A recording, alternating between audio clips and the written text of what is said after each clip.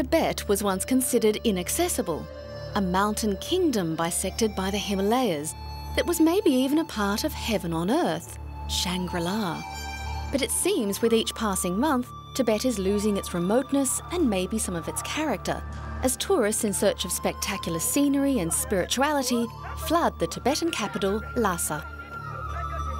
The Chinese government has put over $1.3 billion into developing the autonomous region, hoping to capitalise on the fascination with the former seat of the Dalai Lama and some of the most spectacular mountain scenery in the world. Chinese residents with a growing disposable income are happy to get away from their congested and dusty cities, and now the central government is making it easier for them to come. The state-owned Air China announced the opening of night flights linking Lhasa and Chengdu, the closest major city. And the ambitious Jinghai-Tibet Railway is in operation, stretching across the vast plateau and peaks that used to isolate Tibet from its neighbours and cutting the cost of travelling to the region. But Lhasa already seems filled to capacity with tourists. At the Jokhang Temple, the spiritual centre of Tibet, Chinese tour groups seem to outnumber the worshipping Tibetan pilgrims. I don't know what they are thinking. They are probably already used to the number of tourists. There is probably some disturbance, but it has been so many years, I'm sure they are used to it by now. The influx of visitors has raised concerns with overseas Tibetan activists, worried that government officials are turning the city into a theme park for the sake of making money. This is a political matter. It's very difficult to tell me. But no doubt nowadays tourism is really flooding whole Lhasa, which is very good. I would say that tourism is one of the important source of economy for them. So far the foreign currency is concerned, especially for Lhasa.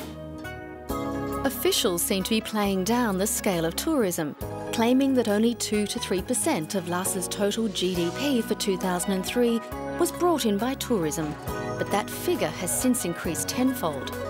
Tourism in Lhasa brought $130 million into the underdeveloped city last year.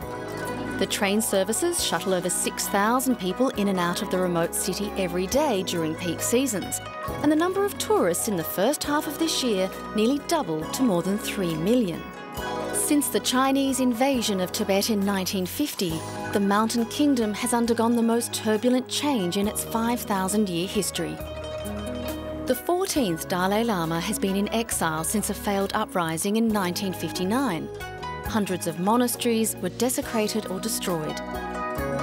Western visitors, drawn to the Himalayan region by sympathy for the cause of the Tibetan Buddhist population, admit there is a problem. Maybe there should be some places where tourists are allowed to go, but there should be also protection for the monks and even for real pilgrims to go and not, which are not allowed to tourists, I think. And on the other hand, I think that it's very important for people to come to Tibet and to see what's happening, and also to be critical about what's happening here. Because I think also that we don't get the right information all the time. Most of the tourists are from mainland China, but nowadays more foreigners are also heading towards the cultural hotspot after the local government made it easier for them to enter the region. China, which expects the number of tourists visiting Tibet to reach 6 million in 2010, is building a 4th airport at Nagari in the west, which will be the world's highest airport. But despite the influx of tourists and Han Chinese migrant influx, Tibetan people are receiving less than their share of new jobs and income.